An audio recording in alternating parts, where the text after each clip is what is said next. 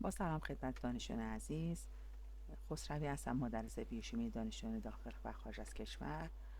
مبحثی که امروز براتون آماده کردم مبحث گلیکوژنز هستش که همراه با نکته و تست به شما ارائه خواهم داد که این نکات 100% کاربردی هستند که بیشتر ازشون توی سوالات و آزمون ها استفاده میشه. خب برسیم به مبحث. گلیکوژنز، خب سنتز گلیکوژن از گلوکوز هست و گلیکوژن یک پلیمر ذخیره منشأ از گلوکوز هستش.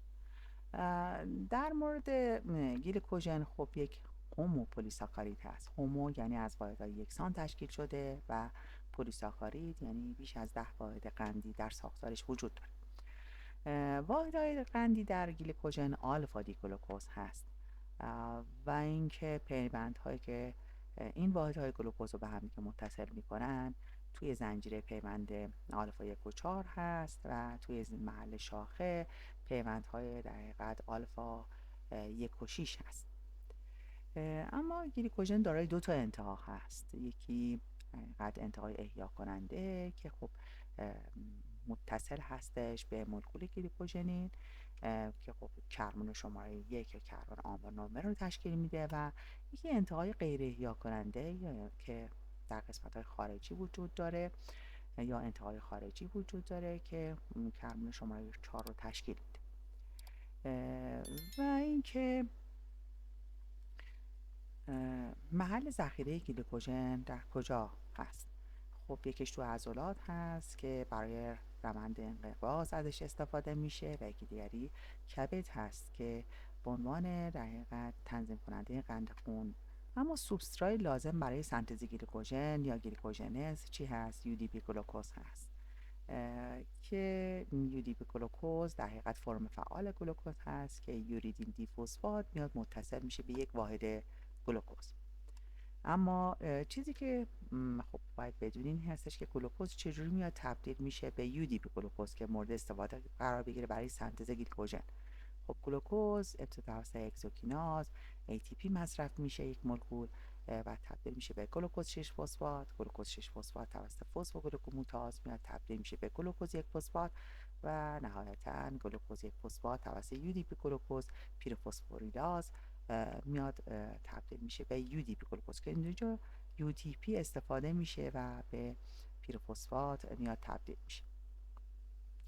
اما آیا در حقیقت گلیکوژن سنتاز که آنزیم بعدی هست که این واحدهای UDP گلوکوز رو میخواد به هم دیگه متصل بکنه میتونه به تنهایی از ابتدا بتونه گلیکوژن سنتز بکنه؟ سوال این هست. جواب خیر هست. نیاز وجود داره به یک پرایمر. اما پرایمر چیه؟ پرایمر خب حداقل در حقیقت 8 تا واحد گلوکوز است که اینجا میبینید با زرشکی خط زرشکی مشخص کرده.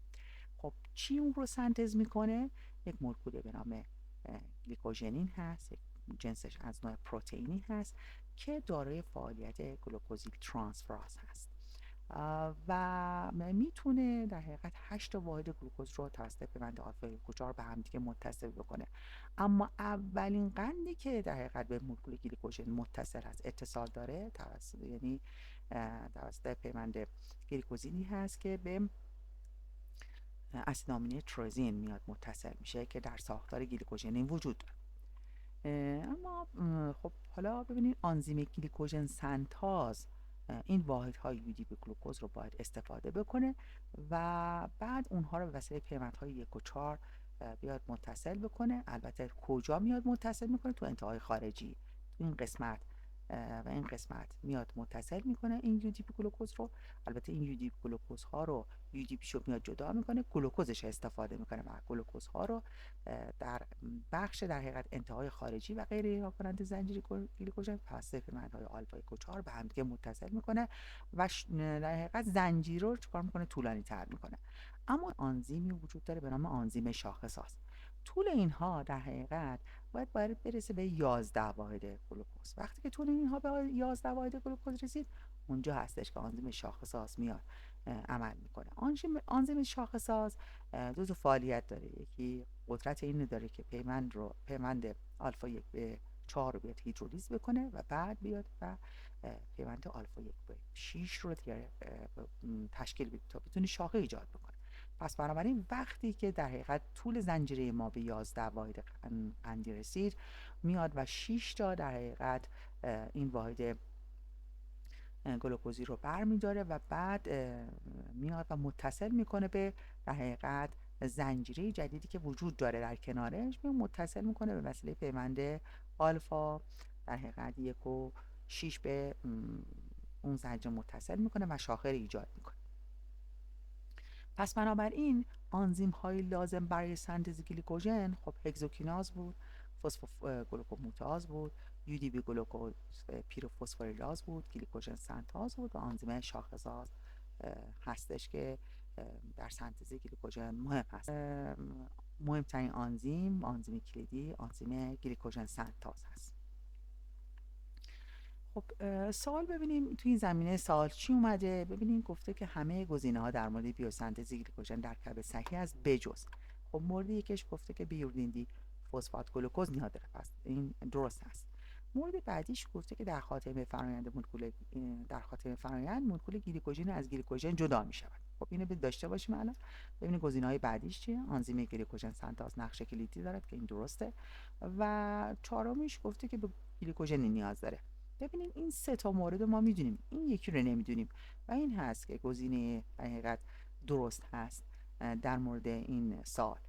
چون ببینیم مولکول گلیکوژن وقتی گلیکوژن سنتز شد از در حقیقت ساختار گلیکوژن جدا نمیشه. خب نکته مهم دیگه‌ای که وجود داره این هست که خب سوال ازش میاد برای ورود هر مولکول گلوکوز به ساختار گلیکوژن چند مولکول ATP نیاز هستش. ما به 2 مولکول ATP نیاز داریم. یکی زمانی هستش که گلوکوز میاد به گلوکوز 6 فسفات تبدیل میشه توسط آنزیم هگزوکیناز، 1 مولکول ATP اینجا استفاده میشه.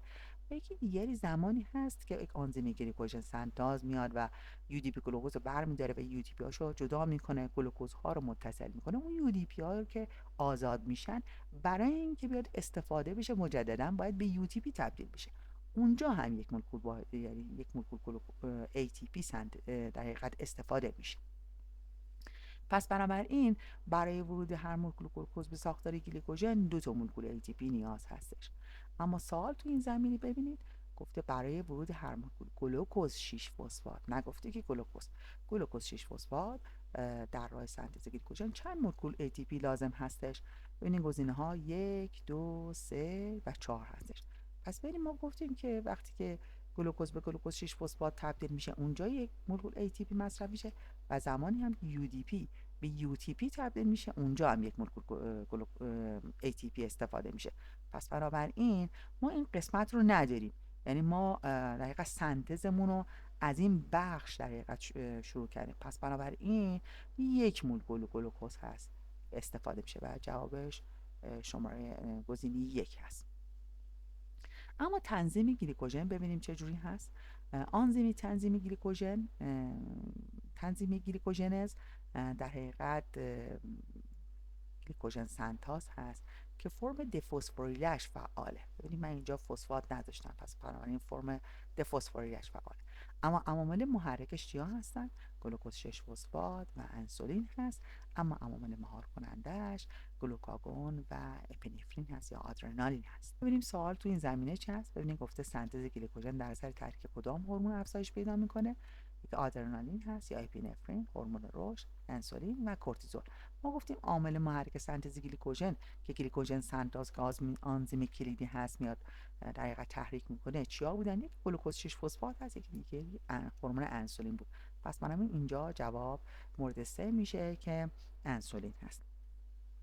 ممنونم از وقتی که گذاشتید. منتظر ویدیوی بعدی باشید.